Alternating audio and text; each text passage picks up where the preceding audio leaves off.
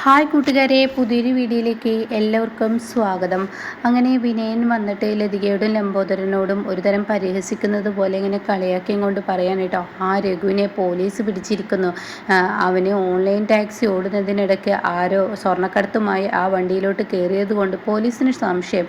അത് കേൾക്കുന്ന ലംബോദരൻ, പാവം ചെറുക്കൻ, എന്ത് ബിസിനസ്സിന് ഒരുങ്ങിയാലും അതൊന്നും പറയാൻ പറ്റില്ല, ഓരോരുത്തരെ കയ്യിലിരിപ്പ് കൊണ്ടാണോ, അതും പറയാൻ കഴിയില്ല എന്നുള്ള ആ വാക്ക് പറയുമ്പോൾ ഉടൻ തന്നെ ലതിക പറയണം, എന്താണ് വിനയ നിൻ്റെ മനസ്സ് ഇങ്ങനെ ആയിപ്പോയത്? ഒന്നല്ലെങ്കിൽ നീ ഒന്ന് ആലോചിക്കണം. ഇന്ന് ഈ ചീരുമോള് ഈ വീട്ടിലോട്ട് കയറി വരാനുള്ള കാരണക്കാരി വീണ്ടും ഇവിടോട്ട് വന്നത് ഈ പറയുന്ന അമ്പിളിയും രഘുവും മാത്രം മനസ്സ് വെച്ചിട്ടാണ്. അതിനി മറക്കരുത് വിനയ. ഓരോരുത്തരും ഓരോരുത്തരുടെ ലക്ഷ്യങ്ങളാണ് ഓരോരുത്തർക്കും പ്രാധാന്യം.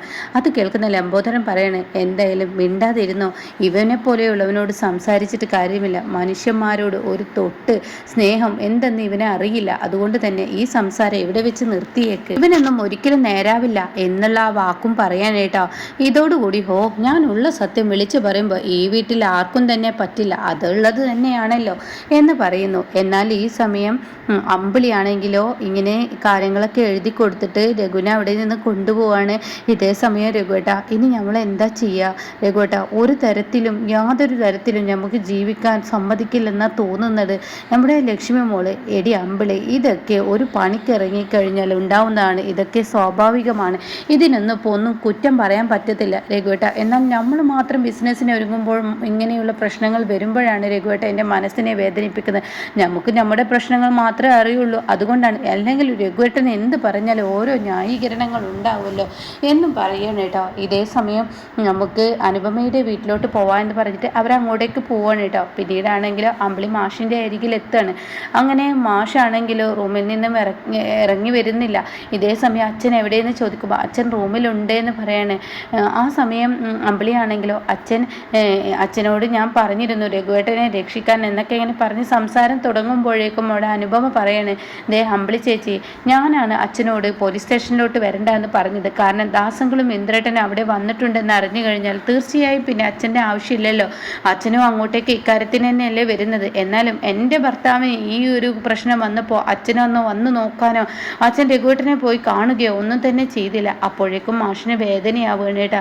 താൻ എന്ത് ചെയ്താലും അമ്പിളി എന്നെ മനസ്സിലാക്കുന്നില്ലല്ലേ ഈശ്വര എന്നുള്ള ആ ഒരു വേദന തന്നെ മാഷിനാവുകയാണ് കേട്ടോ. ഇതേ സമയം രഘു ആണെങ്കിലും മതി അമ്പിളി, സംസാരം നിർത്ത്, എന്തായാലും ഈ കേസ് കാര്യങ്ങളൊക്കെ ഒന്ന് വിട്ടൊഴിഞ്ഞു വരട്ടെ, അതിനുശേഷം മതി മറ്റുള്ളവരെ പഴി പറയലേ, നീ അമ്മാവനോട് ഇങ്ങനെയൊന്നും സംസാരിക്കല്ലേ എന്നും പറഞ്ഞിട്ട് അമ്പിളിയെ കൂട്ടിക്കൊണ്ടു പോവാണ് കേട്ടോ.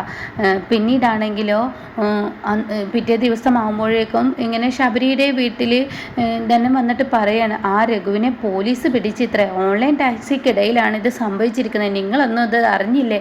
അത് കേൾക്കുന്നതിനോടുകൂടി ശബരി എന്താ ഈ പറയുന്നത്? അപ്പോഴേക്കും രാമനാഥൻ പറയുന്നുണ്ട്, ഈശ്വര, ആ ചെറുക്കിനെ എന്തിനാണ് ഇങ്ങനെ എല്ലാവരും കൂടിയിട്ട് ആക്രമിക്കുന്നത്? എല്ലാവരും അല്ലല്ലോ, ഓരോരുത്തരുടെ കയ്യിരിപ്പ് കൊണ്ടല്ലേ ഇങ്ങനെയൊക്കെ ഉണ്ടായിരിക്കുന്നത്. അത് കേൾക്കുന്ന രാമനാഥൻ, നീ കണ്ടോടാ, അതെ ഈ ഓൺലൈൻ ടാക്സി ഒക്കെ ഓടുന്നു എന്ന് പറയുമ്പോൾ അതിൽ സ്വർണം കിട്ടിയെങ്കിൽ അവനും കൂടി അതിന് കൂട്ടു നിന്നിട്ടുണ്ടാവും, അവരത്രമാത്രം കൊടുക്കാന്ന് പറഞ്ഞിട്ടുണ്ടാവും, അതുകൊണ്ടായിരിക്കും. എടാ നീ ഒന്ന് നിർത്തുന്നുണ്ടാവും നിൻ്റെ ഈ സംസാരം.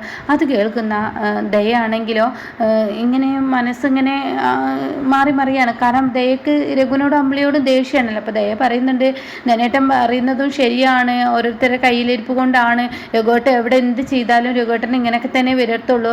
അപ്പോഴേക്കും ശബരി പറയണ, നീ ഒന്ന് നിർത്തുന്നുണ്ട് ദയെ. ഇതിനിടക്കാണെങ്കിൽ അത് മാത്രമല്ല വേറെ ഒരു വിശേഷമുണ്ട്. അതെന്ത് വിശേഷം എന്നിങ്ങനെ ശബരി ദയ ചോദിക്കാണ്. അപ്പോഴേക്കും ധനം പറയണേ, അതെ ഈ ചീരുവിൻ്റെ മക്കളെ 15 ലക്ഷം കൊടുത്ത് അനുപമ വാങ്ങി എന്നൊക്കെ പറയുന്നത് കേൾക്കാനുണ്ട്. ഇതിൽ എത്രമാത്രം സത്യാവസ്ഥയുണ്ടെന്ന് എനിക്കറിയില്ല. ഇതെങ്ങനെ നീ അറിഞ്ഞു? ഞാൻ ആ സുശീലാൻറ്റിയെ പുറത്ത് വെച്ച് കണ്ടപ്പോൾ അങ്ങനെ ഒരു പറച്ചിൽ അവരെന്നോട് പറഞ്ഞു. എൻ്റെ ഇന്ദ്രൻ്റെ ഔദാര്യമാണ് ഇത്രേ ആ 15 ലക്ഷം ചീരുവിൻ്റെ മക്കളെ തിരികെ കിട്ടുന്നത്. ഒരു കണക്കിന് അവനൊരു വട്ടനല്ലേ, ആ വട്ടൻ്റെ കൈകളിൽ നിന്ന് എൻ്റെ മകൻ വിചാരിച്ചത് കൊണ്ടാണ് ഇന്ന് ചീരുവിൻ്റെ മക്കളെ കിട്ടിയത് എന്നൊക്കെ ഇങ്ങനെ പറയണേട്ടോ. അപ്പോൾ ഇതൊക്കെ എന്നോട് സുശീല പറഞ്ഞതാണ്. അത് കേൾക്കുന്ന ദയക്ക് ദേഷ്യം വരാനേട്ടോ. 15 ലക്ഷം കൊടുത്തിട്ട് അനുചേച്ചി ഇതിനൊരുങ്ങിയെങ്കിൽ അതങ്ങനെ ചോദ്യം ചെയ്യണം, അതങ്ങനെ വെറുതെ വിടാൻ പാടില്ല എന്നുള്ള ആ ഒരു തീരുമാനം ദയ എടുക്കുകയാണ് കേട്ടോ. കാരണം 15 ലക്ഷം 50 ലക്ഷമാണ് അനുചേച്ചിക്ക് അച്ഛൻ കന്യാശ്ശേരി മനയിൽ നിന്ന് കിട്ടിയിട്ട് കൊടുത്തിട്ടുള്ളത്. അപ്പം അതുകൊണ്ട് തന്നെ ഈ ഒരു 15 ലക്ഷത്തിൽ എല്ലാവർക്കും ഷെയർ ഇട്ട് തരാമായിരുന്നു എന്നും കൂടി ധനനങ്ങ് പറയുമ്പോൾ ഉടൻ തന്നെ ദയ അതിമ കയറി പിടിക്കണം കേട്ടോ. അതോടുകൂടിയിട്ട് രാമനാഥൻ, നിനക്ക് നിൻ്റെ നാക്കൊന്ന് ഒതുക്കി വെച്ചൂടെ ധന, നീ എന്തിനാണ് അവളുടെ മനസ്സിൽ ഓരോ വിഷയം കുത്തിക്കയറ്റുന്നത്? അത് കേൾക്കുന്ന ശബരി, ഇവർ പറയുന്നവർ പറയട്ടെ, അത് ഉൾക്കൊള്ളുന്നതും ഉൾക്കൊള്ളാതിരിക്കുന്നതൊക്കെ ഓരോരുത്തരുടെ ഇഷ്ടമാണ് എന്നും പറയുന്നു. പിന്നീടാണെങ്കിൽ ദയ ഇങ്ങനെ ഇരുന്ന് ചിന്തിക്കുകയാണ്. ആ സമയം ദയയുടെ അരികിലോട്ട് ശബരി ചെല്ലുമ്പോൾ, എന്താ ദയ നീ ആലോചിക്കുന്നത്? എനിക്ക് വീട്ടിലോട്ടൊന്ന് പോകണം. അതെന്തിനാ? അനുചേച്ചിയുടെ അരികിലോട്ടൊന്ന് പോകണം. അതെന്തിനാ? അല്ല, ചീരു ചേച്ചിയുടെ മക്കളൊക്കെ ഒന്ന് കാണാനാണ്. മാത്രമല്ല ഇപ്പോൾ രഘുവേട്ടനെയും ഒന്ന് കാണാലോ. അത് കേട്ട ഉടനെ, ദയെ നീ ധനേട്ടൻ പറയുന്നതിനനുസരിച്ച് അവിടെ സംസാരം അതൊന്നല്ല, വെറുതെ ഒന്ന് പോയി വിവരങ്ങൾ അന്വേഷിക്കേണ്ട ഉത്തരവാദിത്തമുണ്ടല്ലോ. എനിക്കും അവിടെ പോകണം, എനിക്ക് ചിരിച്ചേച്ചിയുടെ മക്കളെയോ അതുപോലെ തന്നെ ഈ പറയുന്ന രഘുവേട്ടനെയും എനിക്കും കാണണമെന്ന് പറയാനേട്ടോ. എന്നാൽ ഈ സമയം പിറ്റേ ദിവസം രാവിലെ ആയതുകൊണ്ട് തന്നെ രഘുവിനോട് പോലീസ് എത്താൻ പറഞ്ഞിരിക്കുകയാണ്. അതുകൊണ്ട് തന്നെ രഘുവും അമ്പിളിയും അവിടെ നിന്ന് പോയിട്ടുണ്ടാവും, മാഷും പോയിട്ടുണ്ടാവും കേട്ടോ. അപ്പോഴാണ് അങ്ങോട്ടേക്ക് ദയയും ശബരിയും കൂടി കയറി വരുന്നതായിട്ടോ. അങ്ങനെ ദയ, ചിരിച്ചേച്ചിയുടെ മക്കളെ തിരികെ കിട്ടിയല്ലേ?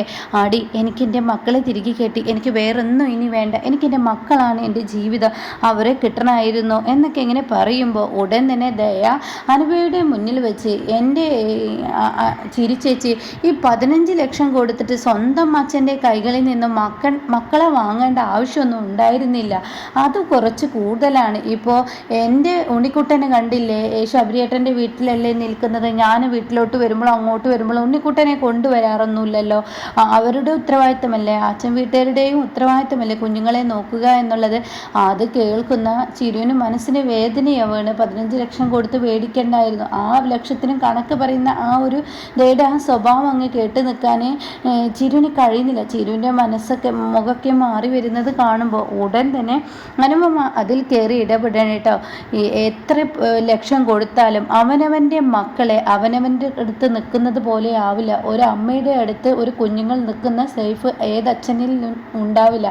അത് നീ മനസ്സിലാക്കണം ദയേ. നീ നിൻ്റെ മക്കളെ അവിടെ ഇവിടെ ഇട്ടുകൊടുത്ത് പോരുന്നതെല്ലാം സ്നേഹം എന്ന് പറയാൻ കേട്ടോ. ഇതങ്ങ് കേൾക്കുമ്പോൾ ശരിക്കും മുഖത്തടിച്ചതുപോലെ തന്നെ ആവുകയാണ്. ശബരി 2 ദിവസം മുന്നേ പറഞ്ഞ ആ വാക്ക് അനുപമയെ ആവർത്തിച്ചിരിക്കുകയാണ്.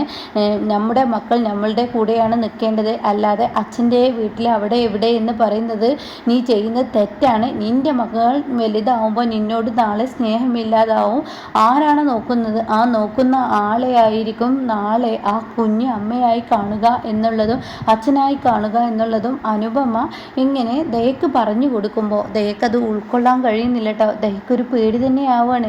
ഈശ്വര, 2 ദിവസം മുന്നേ ഞാൻ ശബരിയേട്ടനോട് പറഞ്ഞതാണ്, അവനക്ക് അവൻ്റെ അനിതാമ മതി, ഇനിയിപ്പോൾ എൻ്റെ മകൻ എന്നെ വിട്ടു പോവുകയാണോ എന്ന ആ ഒരു മനോഭാവം ദയയുടെ ഉള്ളിൽ വരികയാണ് കേട്ടോ. ഇതേ സമയം രഘുവിനാണെങ്കിൽ ആ ഫോണും അതും വെച്ചത് കൊണ്ട് തന്നെ രഘുവിന് ഒരുപാട് പ്രശ്നങ്ങൾ നേരിടേണ്ടി വരികയാണ്. ലാസ്റ്റ് ഇനി മാഷ് തന്നെ അതിൽ ഇടപെടേണ്ട ആ അവസ്ഥ തന്നെ എത്തൂട്ടോ.